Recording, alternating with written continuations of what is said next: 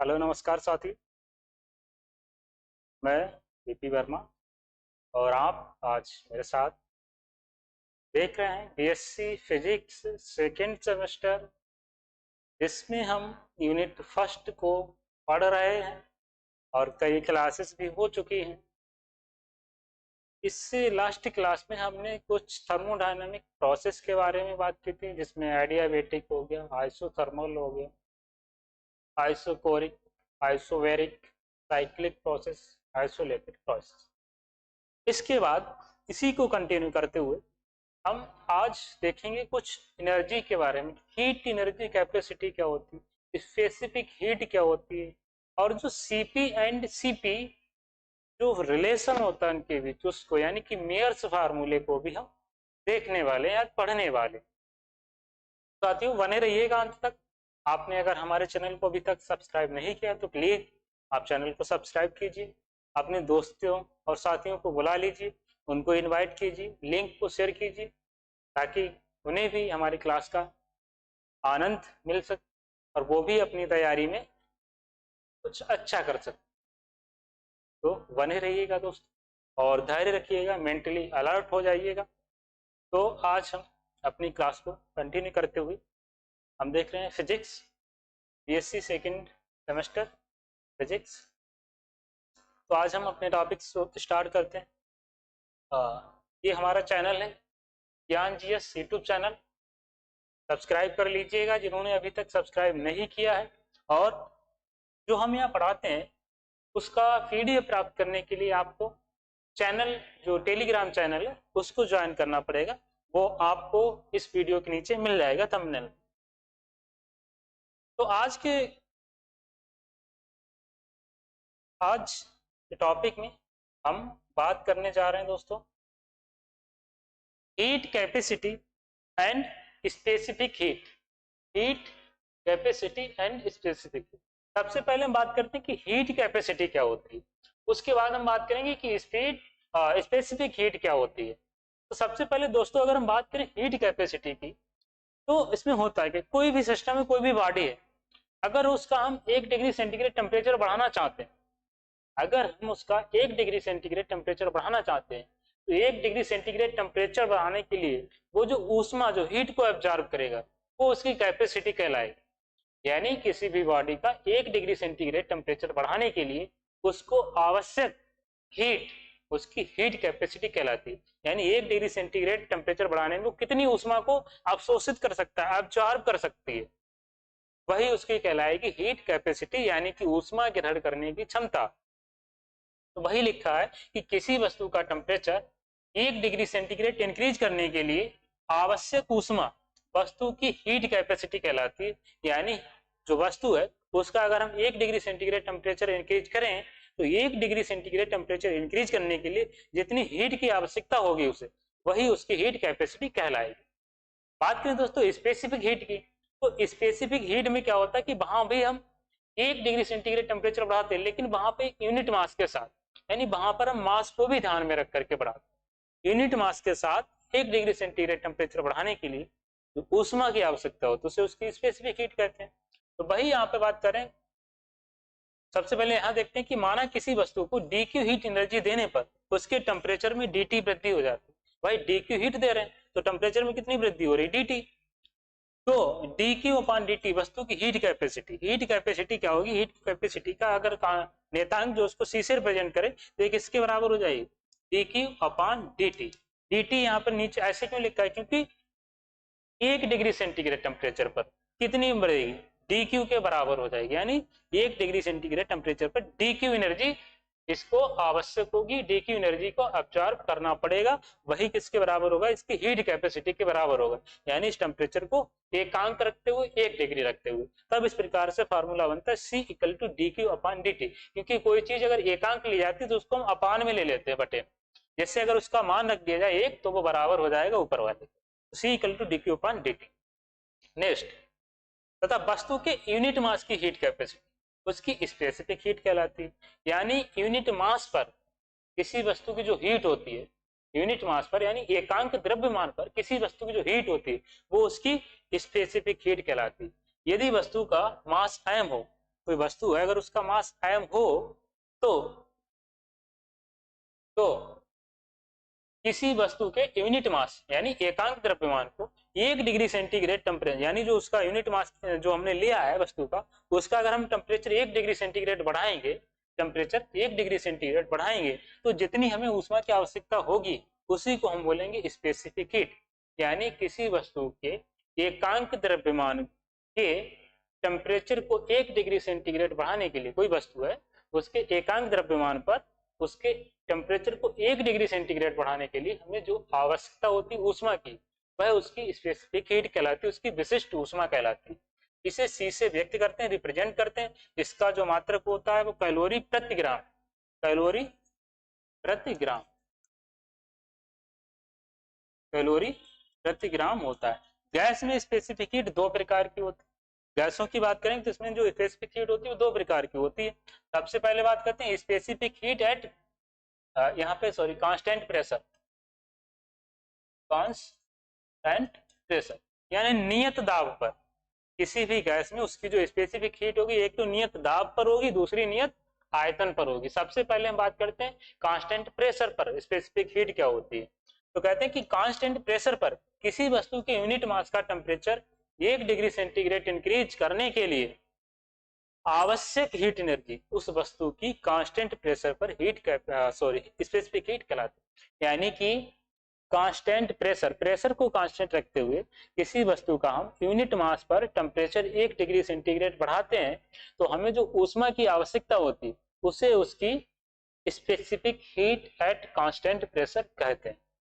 यानी यहाँ पर दाब को नियत रखते हुए यूनिट मास के साथ हमें उस वस्तु के टेम्परेचर को 1 डिग्री सेंटीग्रेड बढ़ाना है।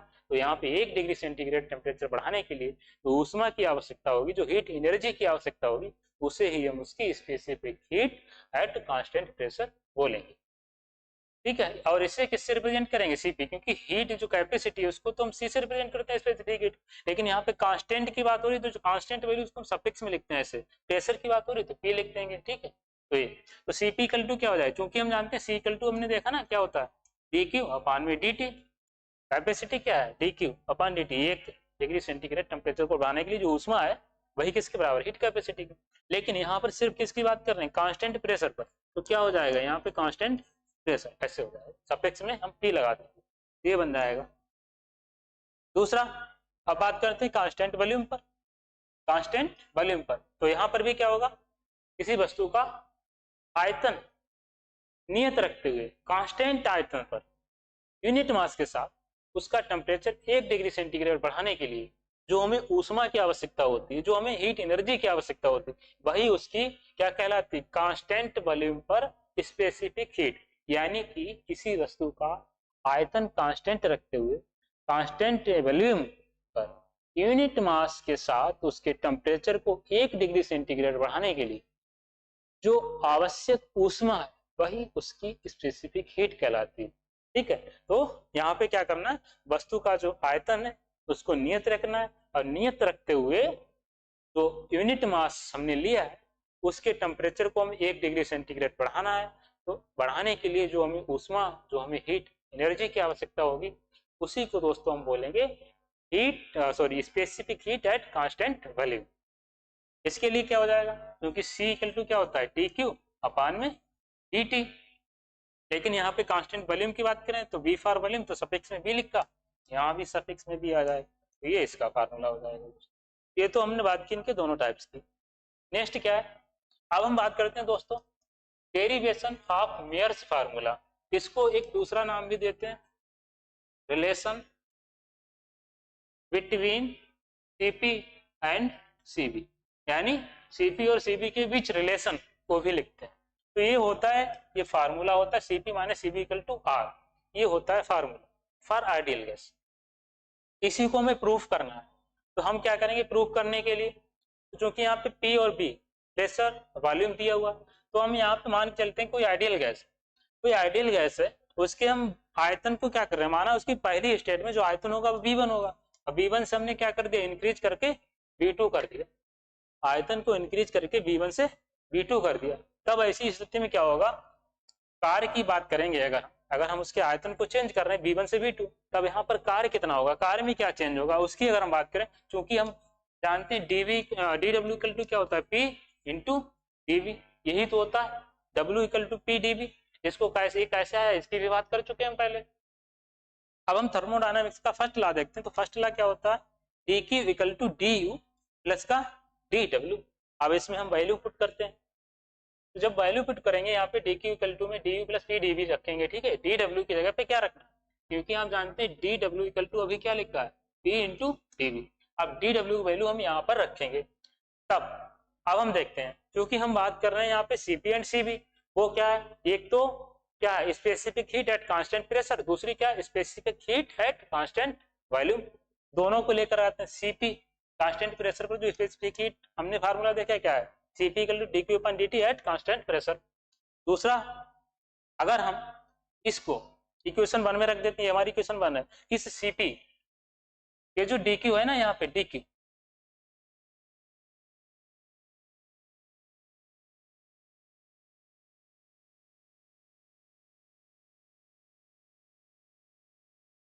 ये जो dQ है ना, यहाँ पर हम ये वाली वैल्यू रख देते हैं, इस dQ की जगह पे इसकी वैल्यू रख देते हैं, तब हमें क्या मिलेगा, तब हमें मिलेगा Cp इक्वल टू डी की जगह पे क्या रखें du प्लस का P dV upon dt at constant pressure, ठीक है।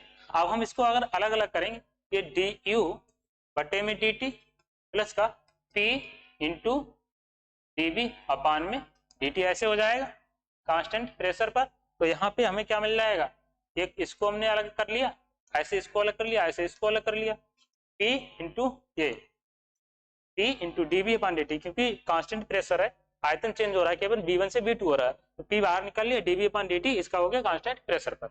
तो ये हो गया Cp की वैल्यू। अब हम ऐसे Cv देखते हैं कितना आएगा, specific heat at constant volume. Cv equal to हम देखते हैं dQ upon dt at constant volume. यहाँ पर dQ की वैल्यू रखेंगे हम यहाँ पे, तो क्या मिले du प्लस का Pdv। ऐसे यहाँ पर करेंगे Cv इक्वल टू क्या हो जाएगा dQ अपॉन में dt at constant volume plus का P इंटू dV अपॉन में dt एट कांस्टेंट वॉल्यूम, ठीक है। क्योंकि यहाँ पर B क्या है कांस्टेंट, इसीलिए। अब यहाँ पे देखो, उधर वाले में तो प्रेशर कांस्टेंट था, प्रेशर कांस्टेंट था मतलब डीपी वहां पर आता नहीं फार्मूला, इसलिए उसकी वैल्यू नहीं रख सकते। लेकिन यहाँ पर वॉल्यूम कांस्टेंट है, वॉल्यूम कांस्टेंट होने का मतलब डीवी कितना है, 0 है। लेकिन यहाँ पर तो डीवी आता है ना, तो जब डीवी आता है तो उसकी वैल्यू भी रखनी पड़ेगी हमें। जब हम यहाँ पे इसकी वैल्यू रखेंगे तो क्या मिलेगा हमें, सीवी बराबर कितना मिलेगा D upon D T at constant V, और ये वाली वैल्यू क्या बन जाएगी, ये 0 बन जाएगी, क्योंकि इस डीवी की जगह पे हमें क्या रखना है, डीवी की जगह पे 0 रखना है, तो ये पूरी वैल्यू क्या हो जाएगी, 0 हो जाएगी पूरी वैल्यू। तो केवल कितना बचेगा, CV equal to D upon dt at constant value, केवल कितना बचेगा, ये हो इक्वेशन 4। नेक्स्ट अब क्या देखते हैं, इक्वेशन 3 और इक्वेशन 4 को हम घटाते हैं। समीकरण 3 व 4 को घटाने पर, 3 में से 4 को घटा देंगे तो क्या होगा, Cp माइनस Cv, क्योंकि आप देख चुके हैं Cp इक्वल टू कितना मिला था आपको, du upon dt at constant pressure plus का P इंटू dV अपॉन में dt एट कांस्टेंट प्रेशर, और Cv इक्वल टू आपको क्या मिला, du अपॉन में dt एट कांस्टेंट वॉल्यूम, इतना मिला है आपको।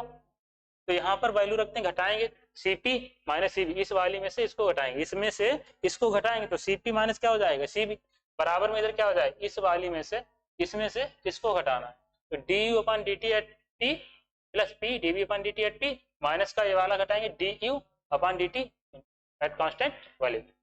आप क्या करते हैं, क्योंकि बी नो दैट ऑलरेडी हम जानते हैं कि जो इंटरनल एनर्जी होती है वो किस पर डिपेंड करती है, only on temperature. Internal energy depends only on temperature, वो भी काइनेटिक एनर्जी, ठीक है मोस्टली। तो यहाँ पे लेकिन काइनेटिक एनर्जी ज्यादा होती है, तो इसीलिए हम पूरा मान लेते हैं कि internal energy depends only on temperature and does not depend on pressure and volume. लेकिन जो इंटरनल एनर्जी होती है ना दोस्तों, वो प्रेशर और वॉल्यूम पर डिपेंड नहीं करती, वो किस पर डिपेंड करती है, टेम्परेचर पर, ठीक है। तो यहाँ पर ये दोनों वैल्यू, ये के वाली एनर्जी है, ये के वाली एनर्जी, ये कांस्टेंट प्रेशर पर, ये कांस्टेंट वॉल्यूम पर है। जो कि यहाँ पर ये कांस्टेंट प्रेशर पर है, ये कांस्टेंट वॉल्यूम पर। तो यहाँ पर जो इंटरनल एनर्जी है वो क्या होगी, वो केवल टेम्परेचर पर डिपेंड करती है, लेकिन यहाँ पर इन दोनों का टेम्परेचर तो हमने कितना मिल लिया, 1 डिग्री सेंटीग्रेड ही लिया, यानी टेम्परेचर में तो चेंज ही नहीं हो रहा। तो इसीलिए इन दोनों की वैल्यू आपस कैसी हो जाएगी, सेम हो जाएगी, क्योंकि डी यू तो वही है और टेम्परेचर भी वही है। जब दोनों के कंपोनेंट वही है तो दोनों की वैल्यू भी तो आपस में बराबर होंगी। जब दोनों की वैल्यू आपस में बराबर होंगी तो क्या हो जाएगा, d U upon D T at constant भी बराबर हो जाएगी d V upon D T at constant T. तो then by equation 1 sorry equation 5 ये वाली हमारी, इसमें हम रख देते हैं वैल्यू, तो इसमें वैल्यू रख देते हैं, दोनों आपस में बराबर है तो क्या हो जाएंगे, कट जाएंगे, आपस कैंसिल हो जाएंगे। तो हमें क्या मिलेगा, Cp minus Cv equal to P into dV upon dt at constant P, केवल ये वाली वैल्यू हमारे पास बचेगी। क्यों बचेगी, क्योंकि ये दोनों वैल्यू आपस में ये वाली कट गई। ठीक है, अब हम क्या करेंगे, क्योंकि हम जानते हैं आइडियल गैस के लिए गैस की समीकरण होती है, आइडियल गैस के लिए गैस इक्वेशन होती है। गैस इक्वेशन क्या होती है, पीवी इक्वल टू आरटी, यही तो आपने पढ़ा है। बात करें चेंज की तो पी डीवी इक्वल टू, अगर हम इसका डिफरेंशिएशन करते हैं, एक मिनट,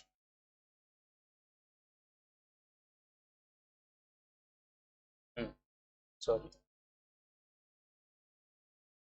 इसका हम डिफरेंशिएशन करें, वाई डिफरेंशिएटिंग, इसका डिफरेंशिएशन करेंगे तो क्या हो जाएगा, एक तो होगा P into D V, plus यहाँ पे दो कंपोनेंट है, पहले वाले छोड़ के दूसरे वाले को, प्लस दूसरे वाले छोड़ पहले वाले को जाएगा, प्लस का पी इंटू डीपी, प्लस का इधर आर, तो चूंकि गैस कांस्टेंट है तो नियत होता है, इसका तो होगा नहीं, क्या होगा dt।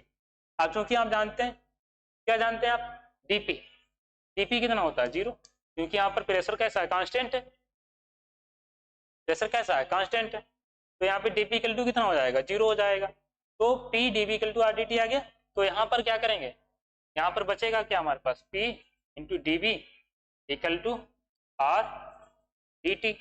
तो r की अगर वैल्यू निकालें तो क्या हो जाएगा, p इंटू डी वी अपान में dt आ जाएगा, इसको इधर ले आए हम तो d V upon d T आ गया, p d V upon d T equal to R, ये आ गया। अब दोस्तों आप देखो p d V upon d T equal to R है, तो यहाँ से देख रहे हो ये वाली equation 4, from equation 6 sorry 6 equation ना, 6 इक्वेशन 6, इसमें अगर हम ये वाली वैल्यू उठा करके रखते हैं, ये वाली वैल्यू r इक्वल टू जो आया हमारा p d V upon d T, इसको उठा करके हम पुट इन इक्वेशन 6, तो क्या मिलेगा हमें, Cp माइनस का Cv इक्वल टू आर, ये मिलेगा हमें दोस्तों। और यही हमें प्रूफ करना था, यही हमें लाना था, इसी को हम कहते हैं मेयर फार्मूला, और इसी को हम कहते हैं relation between Cp and Cv, तो ये आता है दोस्तों।